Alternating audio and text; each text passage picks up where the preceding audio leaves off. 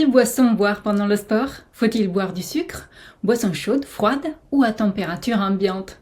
Bonjour, je suis Marthe Rico. Aujourd'hui, on va voir comment améliorer une performance physique tout simplement à travers la boisson qui accompagne un entraînement ou une compétition sportive. Quand on pratique une activité sportive, il est important de gérer son hydratation. Sans eau dans le corps, les performances chutent très rapidement. Alors quoi boire? On a chaud, on transpire, la tentation est souvent grande de boire rapidement de l'eau froide pour se rafraîchir.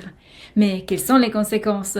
L'eau froide, bien que rafraîchissante, peut avoir des conséquences contre-productives, voire dangereuses lors d'un sport ou même d'une activité physique autre comme le bricolage ou le jardinage par exemple.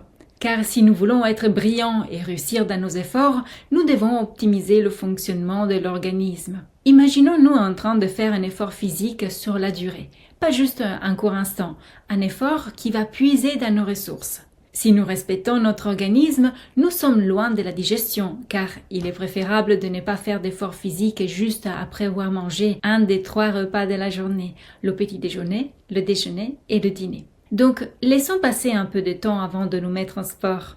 Pendant l'effort, la circulation sanguine augmente pour alimenter en oxygène et en nutriments les muscles sollicités. La soif se fait alors sentir. C'est un signal naturel, une sonnette d'alerte pour nous indiquer d'équilibrer notre hydratation. Cependant, si nous buvons de l'eau froide, nous allons provoquer une congestion du système digestif, notamment de l'estomac. Cette congestion est d'autant plus marquée que la quantité d'eau ingérée est importante. Ce phénomène de congestion va nuire à la performance, car la circulation sanguine vers les muscles et le cerveau se réduit. Ceci signifie qu'il y a moins d'oxygène et moins de nutriments qui arrivent aux muscles et au cerveau. Nous perdons par conséquent une partie de nos capacités musculaires et aussi de la lucidité mentale, avec une baisse de la concentration. En d'autres mots, boire de l'eau froide en situation d'effort physique nuit à l'efficacité de l'organisme. Par conséquent, nous ferions mieux à nous orienter vers une boisson à température ambiante, même si au premier abord, elle nous donnera moins cette sensation agréable de se rafraîchir pendant que l'on transpire. Alors, quelle stratégie adopter? On va adopter une stratégie différente, à la fois pour nous hydrater et aussi pour booster nos performances. On va préférer une boisson plus complexe du point de vue nutritionnel, à boire en petites gorgées pour ne pas alourdir l'estomac. Et c'est là que le jus de pamplemousse est particulièrement intéressant. Lorsqu'il est préparé à partir de fruits frais, il contient une composition de minéraux et de vitamines qui soutient nos organes en plein effort. Sa faible teneur en sucre ne va pas faire augmenter soudainement la glycémie, en évitant aussi le coup de mou de l'hypoglycémie juste après. Ces nutriments sont dissous dans l'eau naturellement présente dans le pamplemousse, ce qui facilite leur assimilation. En sirotant ce type de boisson, le corps bénéficie d'un apport hydrique et nutritionnel très intéressant, sans alourdir le système digestif. Adopter cette solution présente plusieurs avantages.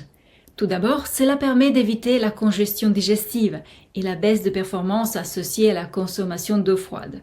Ensuite, le jus de pamplemousse apporte des nutriments qui remplacent rapidement ceux que l'on a perdus pendant l'effort, en contribuant ainsi à une rotation de nutriments qui favorise toujours la bonne santé.